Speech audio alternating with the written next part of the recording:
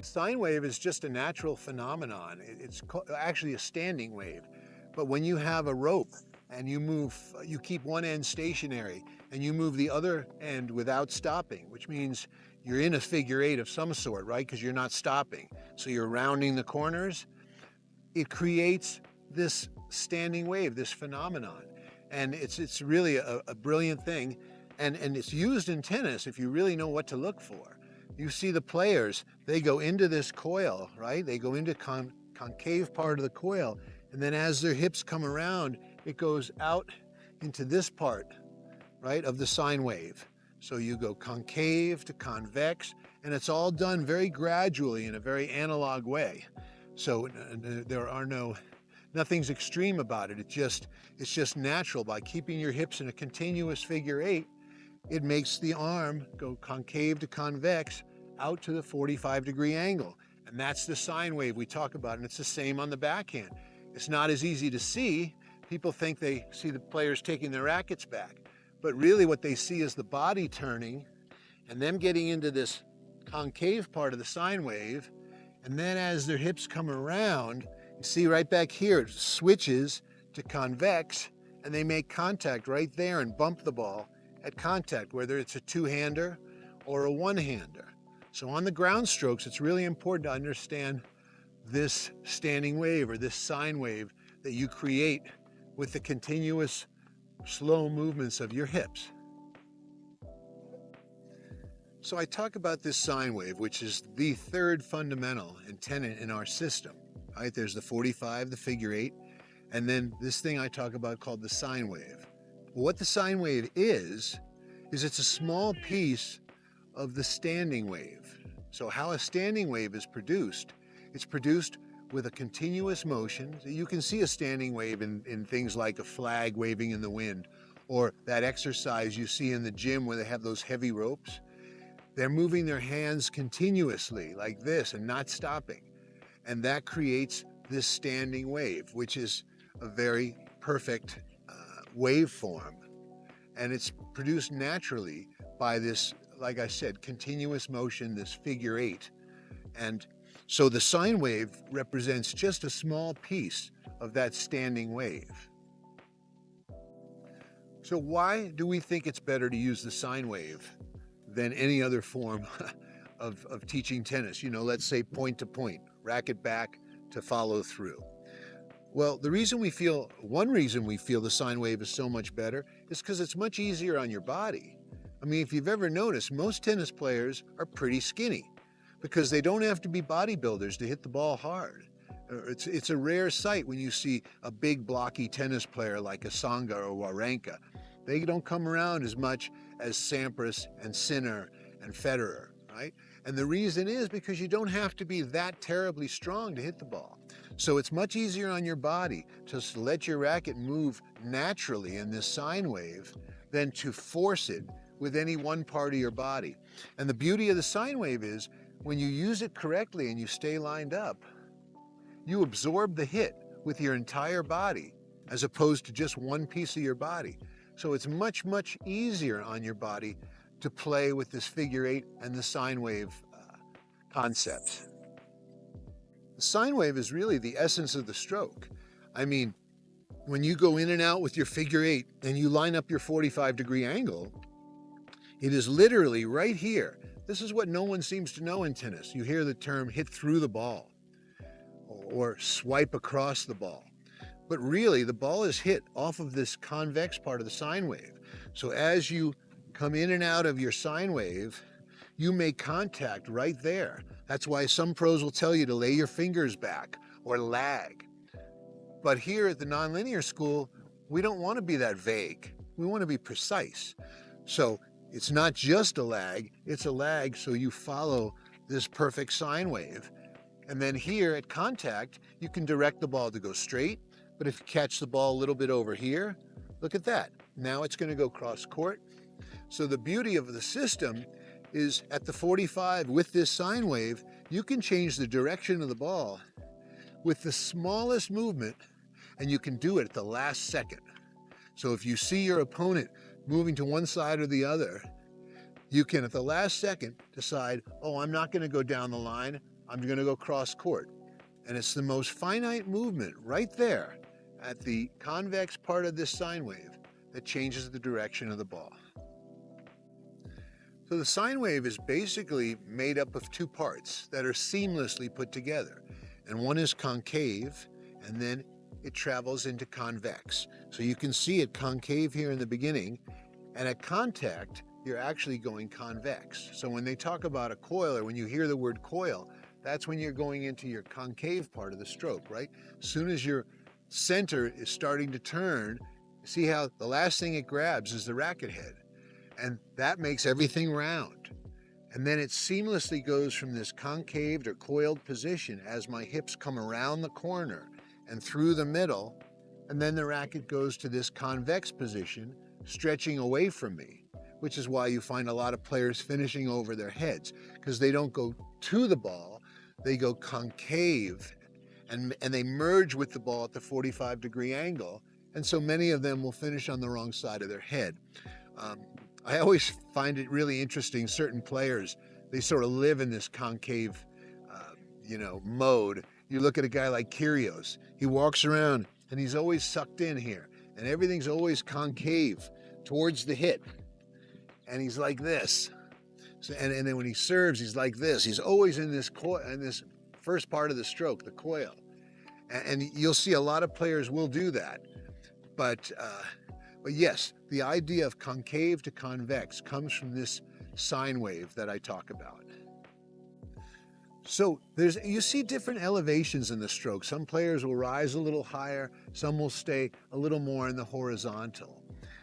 It really doesn't matter, because it depends on the ball you're hitting, it depends on the surface you're playing on, and it depends on the speed that's coming at you, or topspin or slice, whether you rise higher or lower. But the fact is, your sine wave just changes with the ball. So think of these things as concepts. You don't have to go here to here every time. The stroke is not the same every time, though the fundamentals always stay the same. So when you see different style players, don't think, oh, I've got to brush from low to high or slice high to low. It's a little more complex than that, a lot more interesting than that. And it does change. You'll see players change not only their strokes, where they'll have a tighter sine wave and a smaller sine wave, but you'll also see them change the way they contact the ball. At contact with this convex part, they can slide across like this and give it a little side spin. They can come up. They can do a lot of things. Even at the last minute, they can decide, oh, I've got all this, maybe I'll throw in a little slice. So you can do a lot of little fine tuning right at contact. So you learn which stroke to use for what ball, what you want to do. But remember, these are all concepts, so it doesn't have to be point A to point B. It's just a feeling and an understanding you get with the sine wave. You hear me use the word round a lot, and that's our system. Our system is a round system. It's all made of curves. So with this rounded system, you go into it round, you see, I turn the racket in my arm into something that's round as opposed to something that's straight. And then as I go into the stroke, my sine wave keeps it rounded or convex. As you see here, it keeps it rounded on the other side. So you really want to understand that it's always in terms of roundness. You hear them talk about Federer and they say, oh, he has circles, he makes circles. Yes, it looks very circular when a beautiful player plays. So keep in mind that it's always a rounded stroke on the way back in the sine wave and on the way forward. If all you do is just pay attention, you will be consistent, not only on that day, but on a day-to-day basis. You will feel like you basically can get in the zone every time you step on the court. And this sine wave is a part of it. If I line up the shot and I keep my hips continuous and I let my sine wave play naturally off the hips, nothing changes. So all you really have to do is pay attention. You don't have to try hard or give it your all. You just have to concentrate and pay attention, and you will play the same pretty much every day, and you'll feel pretty much like you've got your own zone that you play in every day, and you don't have to hope to one day be in the zone in a big match when you need it. You're always in the zone if you just pay attention. Our system in this sine wave, it not only gives you more power, more depth, more control, more touch, and more spin, it makes you much more consistent. All you really have to do is pay attention. I never tell my kids to try hard, because it's not about trying hard. This is not, lifting a weight. This is playing tennis, which is a very fine sport. It uses all the fine muscles in the core out to your little muscles in the hand. And you get consistent if you pay attention. If you pay attention to your lineup, if you pay attention to your hips staying continuous and your arm moving from concave to convex, and if you can lock those things in, you're much more consistent. So all the real effort is done up here in the mind, not really in the body. You just have to tell your body what to do and make it happen. But you don't have to give it any more oomph or any more force. You can do it very gently. You don't have to have a mentality of some players that are just pumped up. You can be a very quiet and calm player. And if your personality is such where you like to get pumped up, that's fine if that helps you, but it doesn't really matter in the system. It's just follow the fundamentals, and you'll be very consistent on a daily basis. You won't have good days and bad days. They'll all be great days. Another thing about having a rounded stroke and understanding this sine wave is it's the exact same, it's the same science as cracking the whip, right? You move your hand in a figure eight, and as it gets closer to the tip of the whip, it gets very quick, infinitely quick. And it actually, that snap you hear breaks the sound barrier. That's what you hear. And that same thing can be applied with this sine wave in tennis. You get the finest and the deftest touch out here as you round the corner. And you have much better touch than coming straight at the ball and trying to use your will to make it go deep or make it go short or hit the angle. Instead, you use the actual science of the natural athlete that helps make you deadly precise and deadly efficient. And right here at the tip of the iceberg, right there, that's where you can lay into it and hit a little drop shot. Or that's where you can decide, no, I'm going to keep going and make the ball go deeper, or put a little bit more spin at the last second. So because this nonlinear system really gives you the sharpness of the cracking of a whip and a natural athlete. So why is rounded better? Well, round is better because it's stronger, right? When you take a flat piece of paper and you push down on it, it's easy to crumble. But if you curve that piece of paper and try to push down, it's much stronger. And you'll find that on every stroke. One of the great things about this sine wave and this rounded stroke is that you actually make contact with the ball differently. When you come at the ball, you literally collide with the ball. And it's very hard to feel the spin or to even change the spin at the last second. When you're going after it in this sine wave, you can actually massage the ball, right? And you can change by a little bit or a lot at the last second because you're actually feeling the ball on your strings. And it's a much better feeling actually on the hit than colliding with the ball. So the sine wave in hitting every ball feels better. It literally feels better. And like I said, it's easier to control the ball. You almost feel like you're grabbing it and throwing it as opposed to just colliding with the ball. The reason I invented this, it's called the Excalibur, because I really feel like this is the holy grail of the swing, is because I've always explained about the sine wave and how it comes off the figure eight as it comes off from your core, right? From the inside going out, right? You move your hips in a figure eight and it creates this beautiful sine wave. But I wanted players to understand this system, this sine wave, from the outside in. So you can see the curved face on this Excalibur, on this stick.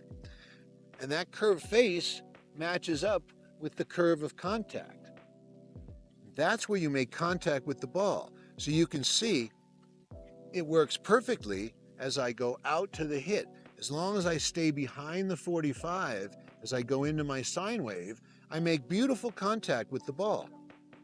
And all depending on whether, if I hit it here, it's going to go inside out that way. If I hit it here, it's going to go cross court.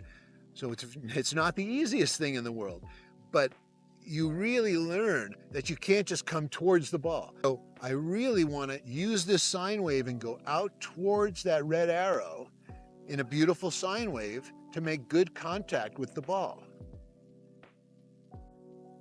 Well, contrary motion you really had to look for, but it's basically how the hips pull the arm into play, like a dog wagging its tail, right? The tail doesn't wag the dog. It's the dog's core that moves the tail back and forth. And you know, you can see it. You can see it in nature. You see it in sailing. You see it in a flag blowing in the wind, right? It hits the small part of the closest to the pole, and then as it goes out further, the rest of it catches up. But as the rest of it catches up, the part closest to the pole moves the other way, and you can see that in the luff of a sail. It's just another one of those things where you don't see it until you're looking for it. But you certainly see it in the players if you're looking for it. You see how their hips lead the stroke in both directions, right? Going into the coil and then coming back into the hit. So it's quite natural, and it's something that people don't generally look for.